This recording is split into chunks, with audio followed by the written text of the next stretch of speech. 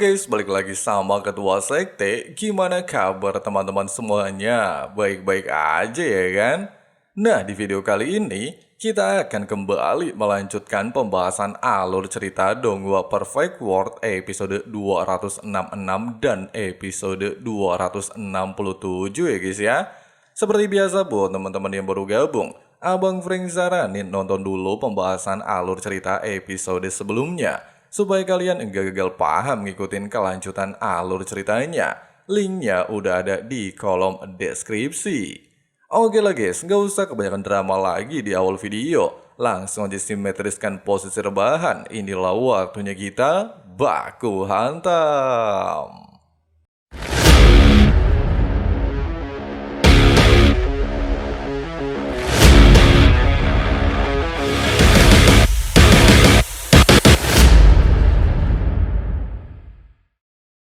Melihat kekuatan tangan leluhur Yutao mampu diblokir oleh tanah kuno, hal itu langsung mengejutkan Huang Ji. Pasalnya bisa selamat sudah merupakan hal wajar, sehingga Sugo terus merapalkan mantra pemanggilan untuk merebut peti kayu. Tapi...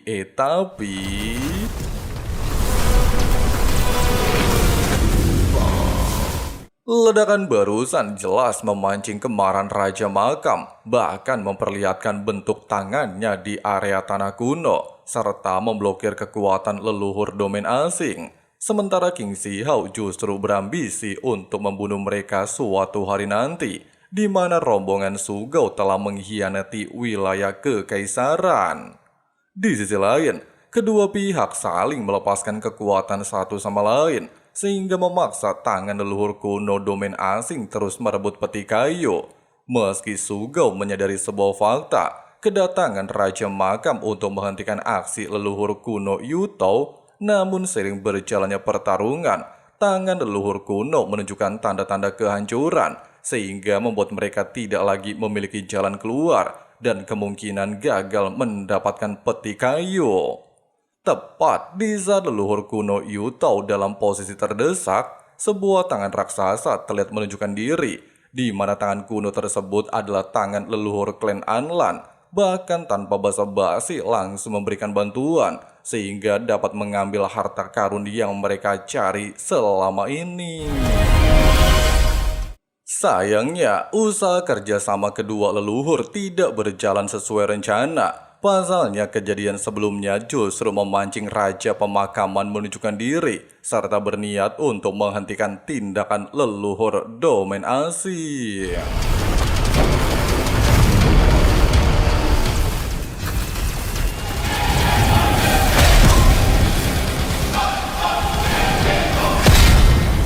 Meskipun di momen ini, sang leluhur merasa muak, serta menegaskan jika dia akan memanggil tubuh aslinya, namun dengan adanya kebangkitan jurang langit yang merupakan ruang teleportasi di wilayah perbatasan kekaisaran, sekaligus pertanda untuk menghalangi tubuh asli Anlan dan Yutao hadir di tempat ini, hal tersebut langsung merubah situasi pertempuran, di mana kedua leluhur justru tertekan di bawah jurang langit dan harus gagal merebut peti kayu.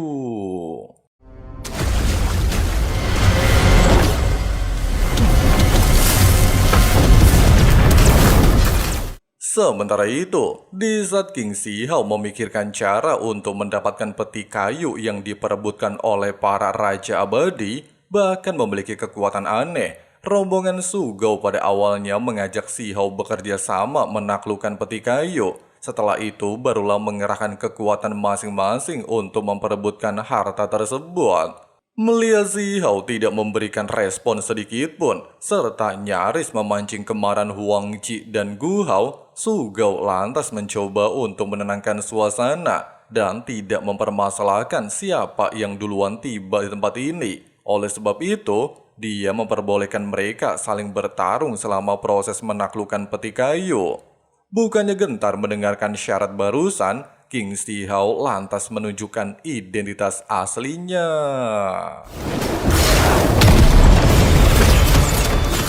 Tepat di saat Huang Ji tidak lagi bisa menahan diri melihat fakta barusan, serta Huang juga berhasil menguasai teknik terlarang klannya, serta mengingat klan kaisar sudah lama menerobos 9 langit, Huang Ji bertekad membunuh Si Hao dengan tangannya sendiri. Tapi... Singkatnya, melihat peti kayu tiba-tiba saja bergerak dan tidak menunjukkan serangan balik, Si Hao memutuskan untuk mengambil benda tersebut. Namun sayangnya rombongan Sugao langsung mengunci pergerakan Si Hao di bawah formasi. Secara bersamaan dengan berakhirnya baku hantam, Si Hao mulai menyadari satu hal. Dia berubah menjadi kerangka mayat pastilah ada kaitannya dengan kejadian aneh dan bukan masalah dari peti kayu, sehingga King Si Hao bisa bernafas lega. Sementara itu, meski rombongan Sugao mencoba merebut harta kuno, tapi sayangnya hal mengejutkan kembali terjadi, di mana obat panjang umur memanfaatkan situasi tersebut untuk mengambil peti kayu, sehingga Si Hao bergegas mengikuti pergerakan obat panjang umur. Aksi kejar-kejaran berlangsung di luar wilayah pemakaman tanah terlarang. Meskipun Si Hao sempat terkejut jika tempat ini merupakan cabang tanah pemakaman, namun untungnya dikarenakan dia tidak memasuki sarang prajurit makam, Si Hao bisa kembali melanjutkan pengejaran.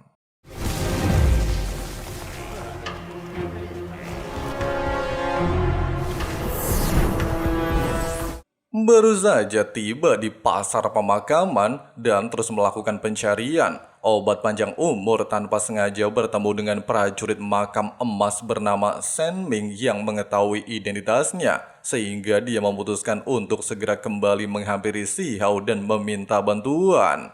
Sambil meminta si obat santuy aja, King Si Hao dengan pintar memanfaatkan situasi tersebut untuk mengajaknya bekerja sama dan berpura-pura menjadi prajurit makam emas.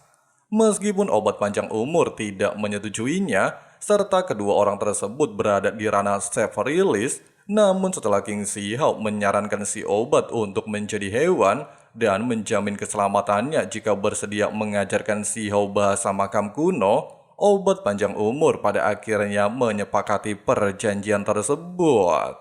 Singkatnya, setelah memastikan obat panjang umur ternyata milik Tuan dan tidak ingin terjadi kesalahpahaman, Zhang San lantas mengucapkan permintaan maaf atas kelakuan Shen Ming dan menanyakan siapa sih pemuda di hadapannya. Sambil memperkenalkan namanya bernama Huang, Si Hao lantas pamit undur diri. Meski hal itu membuat obat kecil merasa panik, bahkan meminta Si Hao untuk segera pergi meninggalkan tempat ini. Namun menurut King Si Hao, tempat paling nyaman adalah keramaian, serta meminta solusi tentang kedua harta makam. Di saat obat kecil memperingatkan Si Hao jika dia tidak mungkin bisa membelinya, Si Hao lantas mengeluarkan sebatang daun obat panjang umur untuk menukar barang tersebut, sehingga kejadian ini langsung menarik perhatian Shen Ming. Bahkan tanpa basa-basi menunjukkan pohon obat panjang umur. Sementara San Zhang beranggapan tujuan Huang pastilah untuk mencari harta karun di jurang pemakaman. Obat kecil menjelaskan, pohon di tangan Shen Ming disebut peternak ayam jauh di dalam wilayah pemakaman kuno yang dikatakan memiliki latar belakang terkuat, sekaligus tokoh besar yang memelihara burung ponik. Meskipun mereka bukanlah keturunan asli, namun pasti ada raja makam yang melindungi mereka, sehingga obat kecil menyarankan Si Hao tidak menyinggung kedua orang tersebut, serta cepat atau lambat, San Zhang dan Shen Ming pastilah mengetahui identitas mereka tidak memiliki harta pemakaman kuno, sehingga obat kecil berniat pamit undur diri meninggalkan tempat ini. Sambil menahan pergerakan obat panjang umur, Si Hao terlihat mengeluarkan tanah segel penciptaan yang merupakan salah satu harta kuno untuk menjadi bahan pertukaran. Tidak berselang lama, melihat pintu masuk jurang pemakaman telah dibuka, San Zhang lantas meminta Huang untuk memasukinya. Namun Si Hao kembali mengingat ucapan Tetua Agung, di mana hukum alam mereka masih kurang sempurna jika dibandingkan alam kuno, sehingga dia beranggapan jika benda tersebut berhasil ditemukan apakah dirinya bisa membantu tetua agung. Meski pada awalnya obat panjang umur memperingatkan Huang tidak memasuki pintu tersebut jika pengen hidup, namun Xiao justru tidak memperdulikan peringatan obat kecil, bahkan membawanya pergi memasuki jurang pemakaman. Setibanya di jurang pemakaman, Seng Ming menjelaskan, setelah jurang tersebut benar-benar terbuka, setiap orang bisa mengambil semua harta dengan kemampuan masing-masing. Sedangkan sinar kemerahan adalah pertanda kemunculan harta makam, sehingga dia meminta Huang untuk mempersiapkan diri. Dan benar saja, di saat obat kecil mengatakan batu makam yang dibeli Huang sebelumnya akan menarik perhatian prajurit makam, dia tanpa terduga mendapatkan serangan dari jurang pemakaman. Meskipun dikatakan lokasi ini memiliki harta kuno, namun menyadari keberadaan mereka bisa menimbulkan bencana, Huang lantas mengikuti instruksi obat kecil dan mengeluarkan darah kering untuk mengusir prajurit makam. Kejadian barusan kembali menarik perhatian Seng Ming. Selain Huang memiliki obat panjang umur, dia juga berniat menguji senjata apa yang dimiliki Huang. Untungnya saja ketika dalam posisi terpojok, serta meminta bantuan obat kecil untuk mencari cara mengelabui mereka, obat panjang umur lantas mengeluarkan sebuah tungku penyimpanan yang dia dapatkan dari putra dewa kegelapan, sehingga wanita tersebut segera mengurungkan niatnya. Pasalnya benda ini pernah digunakan untuk mengubur True Immortal. Di saat Sanzang merasa penasaran dengan harta tersebut, Huang lantas mengalihkan pembicaraan dan menyarankan kedua orang itu untuk mencari harta di jurang makam. Di waktu bersamaan, melihat kemunculan tanah makam yang dikatakan merupakan salah satu benda paling berharga, Seng Ming bersama rombongan pada awalnya berniat untuk mengambilnya lebih dulu. Namun sayangnya, di bawah instruksi obat kecil yang meminta Huang mengeluarkan batu makam 9 wajah untuk menarik benda tersebut, tanah makam pada akhirnya jatuh ke tangan Si Hao dan membagikannya kepada rombongan prajurit makam. Singkatnya, ketika Si Hao merasa familiar dengan aura kegelapan, serta memastikan jika aura tersebut adalah penjara kegelapan yang mengurung sosok makhluk kuat, semua orang lantas memutuskan pergi menjauh dari tempat ini. Di saat Seng Ming baru saja mengetahui kemunculan jiwa primordial tersebut merupakan sosok legendaris yang hampir mencapai tahap immortal dan justru terinfeksi akibat zat kegelapan, serta jiwanya kehilangan kesadaran, sosok legendaris tanpa terduga menargetkan Huang. Dalam situasi genting, bahkan tidak lagi memiliki pilihan, baik Huang, Sanzang, dan Seng Ming pada akhirnya bekerja sama memblokir serangan Ujang. Meski hal ini tidak membuahkan hasil, namun berkat adanya formasi domain pengunci pemakaman, masalah tersebut berhasil diatasi dan menunjukkan bentuk perwujudan kesadaran ilahi Raja Pemakaman Misterius.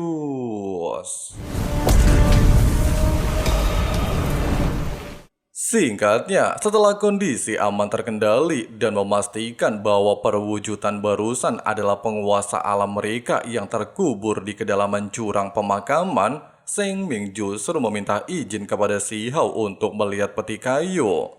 Sambil melihat benda tersebut, Seng Ming lantas menjelaskan, walaupun ukiran-ukiran itu membuat pikiran menjadi semakin jernih, tapi sosok peti makam bertolak belakang, sehingga Huang beranggapan jika benda ini pastilah berkaitan dengan para prajurit makam. Untuk menghilangkan rasa penasaran, King Si Hao lantas bertanya, apa yang diketahui obat panjang umur tentang peti kayu? Meskipun obat kecil mengatakan ada beberapa yang tidak bisa dijelaskan, tapi ada sebuah kata yang belum tentu bisa Huang mengerti. Singkatnya, di saat Sanzang menduga pintu masuk jurang pemakaman penuh dengan kejutan, bahkan mampu memahami dao agung antara hidup dan mati, mereka lantas mengajak Huang untuk memasuki pintu tersebut, di mana pintu jurang pemakaman bukan hanya memiliki kesempatan untuk menjadi raja makam, tetapi juga bisa menemukan wajah asli dari peti kayu. Sementara itu di ruangan aula pertemuan wilayah kekaisaran, keluarga Wang memberikan tuduhan jika Wang telah bersekutu dengan wilayah asing sehingga menimbulkan kejadian aneh. Namun semut kecil dan Chow Yuseng langsung menolak tuduhan tersebut dengan alasan kalau Huang pernah membunuh 10 raja domain asing. Jadi bagaimana mungkin dia mengkhianati wilayah kekaisaran? Meskipun di momen ini tetua klan Wang mencoba memperkeruh suasana kalau Huang benar-benar melewati formasi teleportasi perbatasan menuju domain asing, tapi Nenek Jin menegaskan sebelum kebenaran terungkap, tidak ada seorang pun yang diperbolehkan meninggalkan perbatasan. Tepat di saat perdebatan tersebut sama sekali tidak menemukan jalan keluar, bahkan keluarga Wang sendiri tidak ingin membantu Huang, Chow Yuseng berniat meminta bantuan kepada gurunya alias Meng Tianzhen. Meskipun ucapan tersebut sempat memancing kemarahan Wang Wu serta mencoba untuk menyerang Chow Yuseng, namun tetua agung tiba di waktu yang tepat memblokir serangan. Bahkan dia menegaskan ingin pergi seorang diri untuk menyelamatkan Huang. Oleh sebab itu, Meng Tianzhen secara paksa membakar darah Supreme Being untuk membangkitkan darah perang di dalam tubuhnya.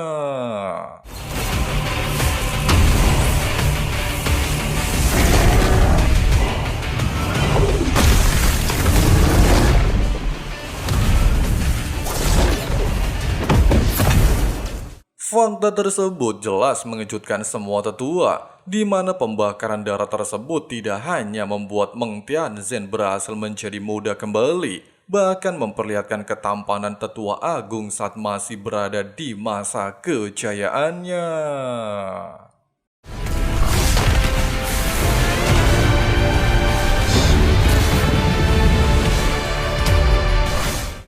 Nah guys, sebetulnya pembahasan alur cerita Donghua Perfect World episode 266 dan 267-nya. Gimana pendapat kalian? Bener-bener epic ya guys ya? Dan coba tulis di kolom komentar ya guys ya. Dan bakalan kita lanjutin lagi pembahasan alur cerita Donghua Perfect World di hari Jumat depan ya guys ya. Oke lah, makasih banyak banget buat teman-teman yang udah nonton videonya sampai habis. Di sini Abang Frank, si ketua sekte, pamit undur diri dulu. See you and bye. I wish you loved me like I love you, it's stupid. When I'm alone with you I never feel lucid. I wish I wasn't struck by Cupid. I wish when I first saw you I knew this. When I'm with you I feel so useless. I feel diluted, my heart's been wounded. Silhouettes of you are like a taunt. Never really know just what you want. With you I don't ever feel calm. I can feel the sweat inside my palm. Play with me like cats and a string. You don't understand the pain it brings. You don't ever wanna give me wings. You don't ever wanna set me free.